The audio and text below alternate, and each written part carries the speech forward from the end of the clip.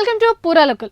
భారతదేశంలో ధనవంతుడు Reliance industries అధినేత ముఖేష్ అంబానీ నివాసమైన ఆంటిలియా భవనం మరోసారి వార్తల్లోకి వచ్చింది.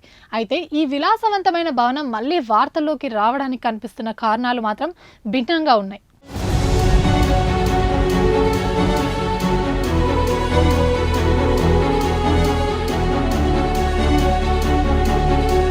ఇటీవల పార్లమెంట్లో వర్క్స్ సవరణ బిల్లుపై చర్చలు జరగడం పాత అంశాలను తిరిగి తెరపైకి తీసుకొచ్చింది. 2025 వర్క్స్ బిల్లుకు రాష్ట్రపతి ద్రౌపది ముర్ము ఆమోదం తెలిపారు. బిలియనియర్ ప్రముఖ వ్యాపారవేత్త Reliance industries chairman Mukesh Ambani భారతదేశంలోనే అతిపెద్ద ధనవంతుడు. ముంబై మౌంట్ ప్యాలెస్ భవంతిని 15,000 కోట్లతో నిర్మించారు. అయితే ఈ భవంతి నిర్మించిన స్థలం వర్క్స్ బోర్డు నుంచి కొనుగోలు చేయడంతో ఆయన ఇప్పుడు భవంతిని ఖాళీ చేయాలా లేదా అనే విషయంపై ప్రపంచవ్యాప్తంగా చర్చ జరుగుతుంది. పార్లమెంట్లో వర్క్స్ సవరణ బిల్లు ఆమోదం పొందడంతో ఇప్పుడు అంబానీకి చెందిన ఆంటిలియా భవనం విషయం తెరపైకి వచ్చింది.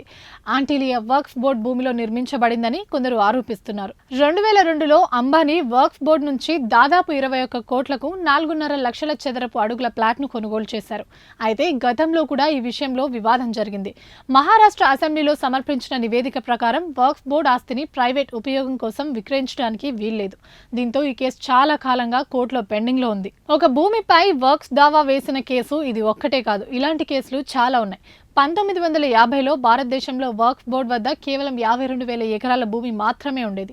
అది 2025 నాటికి 9.4 లక్షల ఎకరాలకు పెరిగిందని తెలుస్తుంది.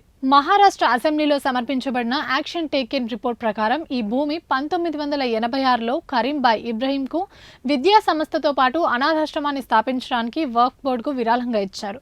తర్వాత దీన్ని వర్క్స్ బోర్డు అంబానీకి విక్రయించింది. ప్రస్తుతం ముఖేష్ అంబానీ కుటుంబం 27 అంతస్తుల అత్యాధునిక భవనం ఆంటిలియాలో నివసిస్తున్నారు. అయితే ఇప్పుడు వర్క్స్ సవరణ బిల్లుకు రాష్ట్రపతి ఆమోదం తెలపడంతో ముఖేష్ అంబానీ ఆంటిలియా భవనాన్ని ఖాళీ చేస్తారా లేదా అనే విషయంపై చర్చ కొనసాగుతుంది.